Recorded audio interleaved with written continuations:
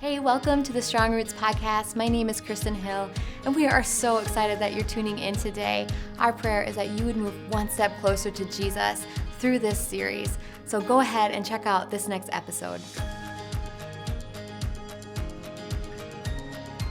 Hey, Strong Roots, we're in our Winter Blues season, and I'm here with David, and he's usually behind the camera, and I'm really excited to talk to him today because I think something that's surprising to me is I would never guess that you struggled with this at all. Surprise. Yeah, I feel like a lot of people can relate to that. I'm really excited to hear what you have to say. So when talking about Winter Blues, David, what comes to mind at first? Oh, it comes to mind, I think, cold, sad, heavy-hearted. I feel, it's just these feelings of glum and heaviness and like despair, maybe even, would be a word I would use to describe what comes to mind. It feels endless, it feels pointless a lot of times, meaninglessness. Those are kind of the things that come to mind when I think about winter depression. Yeah. A very strong feeling of like just nothing. Nothing matters. Yes. Why should anything matter? That's kind of the root, I think, a lot of times. Yeah. In my mind of my seasonal depression, or a lot of the thoughts. So yeah. When did you first encounter winter blues? Not in the winter, ironically. Growing up in India, we have a 3-month monsoon, which is warm still. So warm is better than cold, I've learned, at least as far as my seasonal depression goes. But it's cloudy. Like, you don't see the sun for probably literally 3 months. Just endless rain, pouring, it's humid. And I just realized, like, I feel terrible. I didn't realize it. Why? I was like, I just feel kind of like I hate this time of year. Like, why does this time of year exist? Like, why? Just very negative feelings during that time. And that was when I started realizing, oh, like, see, people feel differently depending on the weather. And then I moved to America, and it got cold and cloudy. And I was like, oh, my goodness, it can get worse than that. What is this weather? So yeah, I think realizing that, like, different degrees of it. And my family has struggles with it. My dad and my sister both are, they have some issues with seasonal depression, some serious issues in some case. And so seeing that and them acknowledging it and being, like, honest about it and transparent about it made me aware, like, oh, this is a real thing, and this is maybe why I feel that way as well. So yeah. How have you, saying that it's been in your family, experiencing it yourself, how have you learned to not only cope but overcome? Yeah, I think overcome. Definitely overcome. Coping, I would say, is my mindset more than anything. It is. I wake up and I hear whatever the negative thought be, whether it be like nothing, everything is meaningless. What does it matter? Right. Or I hate, or even just a simple, like, I hate this. Like, I hate this existence as far as, like, the weather, as far as the whatever. Why does it have to be this way? And choosing to put some, I don't know, to be thankful. I think it's choosing to be thankful. I usually try to turn around and say, thank you. You say, God, thank you. I just literally just say it, like, thank you for my for the beauty of just, like, this flat land that just kind of goes on and creates this almost this atmospheric, I don't know, I guess I kind of like atmospheres. I like to create them as well, as far as in, like, this room and the way it looks is just this unique atmosphere and lighting that you've created, and the mood that it creates and sets even is kind of mythical and interesting. So I don't know, choosing to find something that I appreciate about it, versus just hating on it and focusing on the negative in it. And then as far as, like, is everything meaningless? Finding the purpose, like reminding myself why I am up and why I'm alive, like what my purpose is, to glorify God, to lead others to Him, to those things. When I get myself focused back on my purpose mentally, despite the internal feeling, I'm able to, I guess I would say, it helps me to continue to move forward. Just choosing to, and it is a constant thing. Like, it's not, I get up, I say this thing, God, thank you so much, and I'm going to glorify you today. 10 minutes later, God, thank you so much for this day. I'm going to glorify you today. How's it only been 30 seconds? Okay, so it's an ongoing thing. Kind of just I thought I would fix it after I just did this little, check. It's ongoing throughout the day. Some days are better, but yeah, just kind of a reminder, and choosing just to, like, be thankful. I think Thanksgiving is a huge part of it. I feel like a lot of people struggle with the concept that God doesn't always just take things away in an instant. Yeah. Why do you feel like that is? And how have you found gratefulness in the midst of Yeah. him not alleviating it right away? Immediately. I definitely wish it would go away. And sometimes I think to myself, it would be easier if it was just gone. Like, why not? I think there's a strong biblical legacy of people waiting through difficult times, through unknown times, through unclear things. You can go as early as Noah, I think, would be one of the greatest first, who was just told to go and build a boat. And it was a long time of building a boat before anything God said was going to happen happened. One of my favorites is Abraham, who was told to just go in this direction. Yeah. And God said, I'll tell you when to stop. And then God continued to give him promises. And he didn't even see the fulfillment of all those promises. So I feel like we as Christians have promises. I think the biggest and like most grounding for me is like, I will spend eternity with Jesus in his presence. Right. And so that's a promise that I literally won't see fulfilled until I die. So it's my whole life of waiting for that promise to be fulfilled. And then there's promises like his faithfulness and his goodness and his, I guess his peace that he gives us that I lean on, that I'm waiting for in a sense. Those promises are very like grounding. So I think I see the legacy before me of people and say, I'm not alone. Like, I am not the first person to have to wait for God to solve a problem, to fix it. Right. And realizing that God uses lifetimes to accomplish what he's doing in people's lives. Like Abraham as a person, or Paul as a person at the beginning of their ministry or life, were very different than the end of their lives and ministries. And God could have said, boom, now you've just got it. But I think we would find ourselves arrogant and prideful and unaware of what God is doing and how like he is perfected in our weakness. And so why not lean into the weakness just to see God be made more great? So yeah, something like that. Yeah. What is the darkest time of your life? Darkest time of my life. I mean, it was a long time ago. I would say like seasonally darkest time, or like ever in my entire existence. Like if it's a year-to-year basis, I would say the worst time is usually right about now in the winter. After Christmas, all the lights are gone, and it's just like there's nothing to look forward to, and other than warmth. And it's like not coming until May, maybe. Yeah. So there's that. Like that's a very dark time. But then as far as like life, I would say there's been seasons of my life that were very dark and different. So I don't know. I guess it depends on what are you specifically interested in there? Probably your whole life. Like when was like, I'm curious to hear how dark your dark is. Mm-hmm. Does that make sense? Absolutely. I think I talked about it a little bit on this podcast before. I don't know if I would call this particular time my seasonal depression, though it was definitely started in a time, ironically, of the monsoon season when it started probably getting bad. I'm not sure if it had a lot to do with seasonal depression, but I do think it was 100% depression. And so it's very applicable because I think there's the way you deal with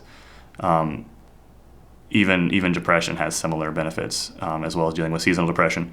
But I remember lots of lies swimming through my head, basically very focused on things about myself, about Jesus that just weren't true. And I was very young as a person and as a Christian as well. And I got super depressed, just felt like it was never going to end. I was like, God, why are you letting me do this? Why is this happening? I felt alone. I didn't have anyone to talk to reach out to. I just continued to isolate myself. I thought something was wrong with me. I thought I was at fault. Very, very much like bad thoughts about God, thoughts about myself, felt alone. I continued to just like not reach out to anybody. I continued to just dive into this, and like the thoughts were, it felt like screaming in my head kind of thoughts.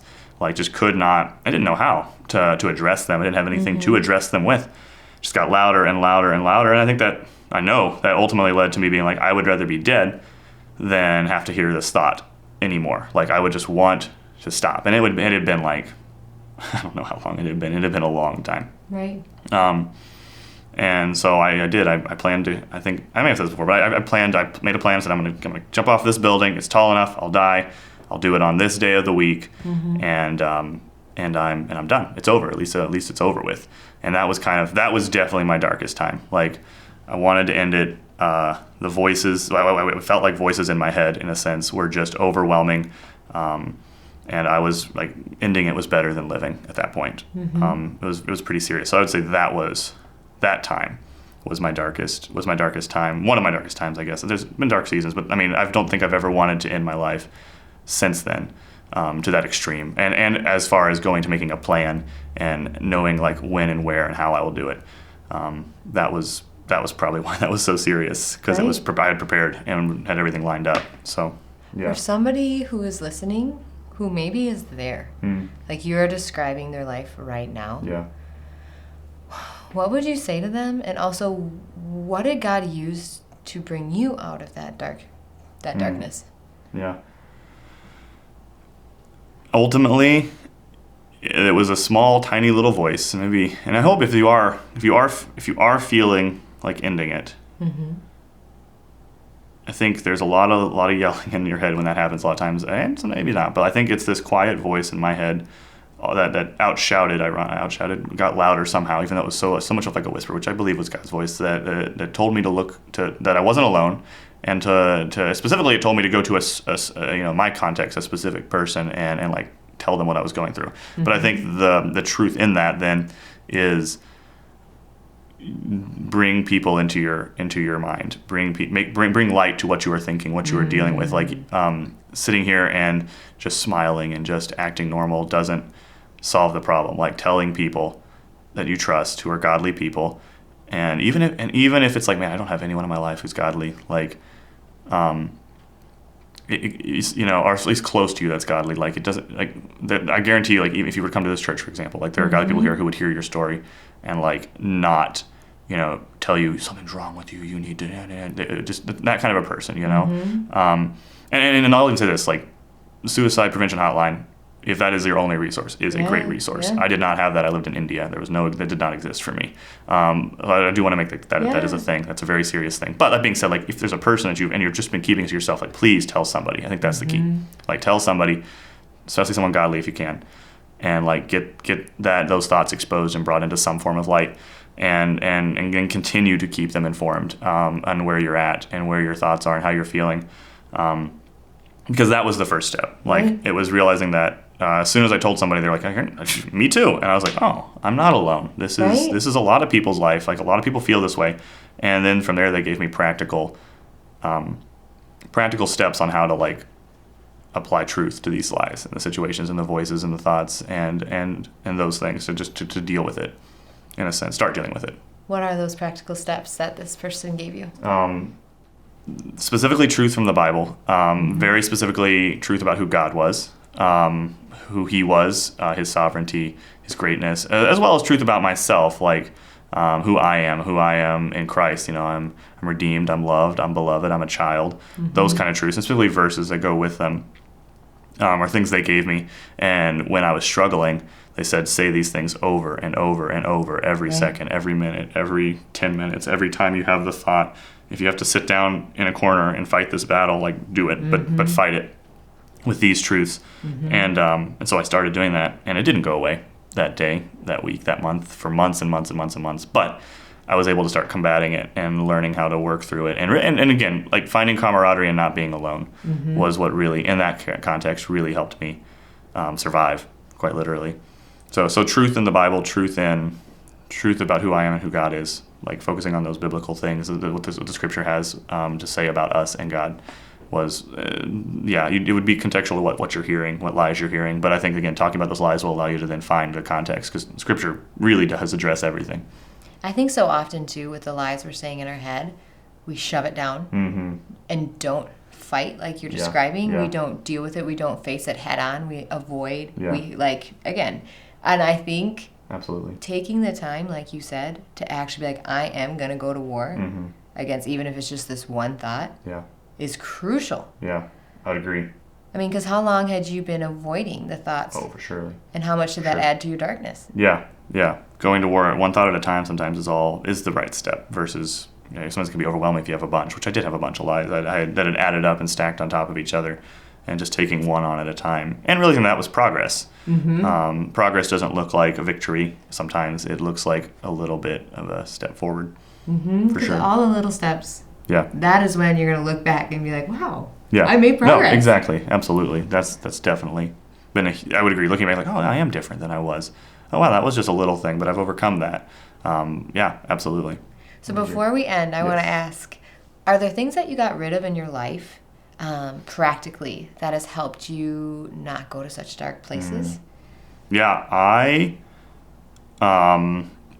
so many things. There were some literal physical things, as well as like I think for me it was realizing how much the world around me, what I choose to do affects my mood. And I think we maybe have heard this some before, but like I am pretty strict on what music I listen to and what movies I'll watch on repeat, and even games I play, because I play a lot of games.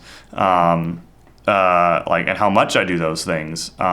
Those things, cutting those out has given me the ability to kind of like take some of the heaviness off and clear my head, because you're not filling your mind with things that are just pushing those lies, reinforcing them. Absolutely. And instead, on the turn, flipping it and filling your mind with things that are the truths that you want to believe and or want your life to be about, really do like affect your mood. Like, and even if they're not affecting your mood, like they're affecting your faith and your belief and your heart. And I think that's so critical to be working on those things, even if your mood can stand up to a negative song. Like, what are you feeding your heart and your soul is just a good practice, a good spiritual discipline that I think is very critical. And I think those things are distractions too: music, movies, and games, and our phones. I think a lifestyle of comparison creates a lot of depression in people nowadays. You get on your phone and it's just like, I'm not like any of these people. They're so godly. They're so cool. They're so well-traveled. Right? They're so whatever. I am just not. So I think that fosters depression in our modern culture a lot of times, at least a feeling of it. So why fill your heart with something that's so deceitful? I am regularly challenged to, like, and that comes back down to the truth of what we believe and what we memorize, what scriptures we've memorized, and what truths we choose to put back in. Like, what you put in is what you will get out. Yep. And I think there's some deceitfulness in saying, like, I can do all these things and I'll still feel this way. And yes, like, my environment is still cloudy and gloomy, but I continue to put in the truth, and like that fortifies the foundation and helps me continue to endure and get through, while focusing on God. Absolutely. Well, that is the way we're going to end it, because that was so good. Thank you, David, for being so open and honest and giving us practical ways to combat this. I think my favorite takeaway is one battle at a time, one lie at a time. And if that's all we can do, like, it's not a little thing. It's really going to add up to be a big thing. Yeah, absolutely. 100% agree. Yes. Thanks, Kristen. Yes, thank you. And thank you guys for listening. Cannot wait to catch you next time. Bye. If you enjoyed today's episode, make sure to follow us on our other social media platforms. We don't want you to miss out on any future content. Thank you so much again, guys. I hope you have a great day. And I want you to know I am personally praying that your roots stay strong.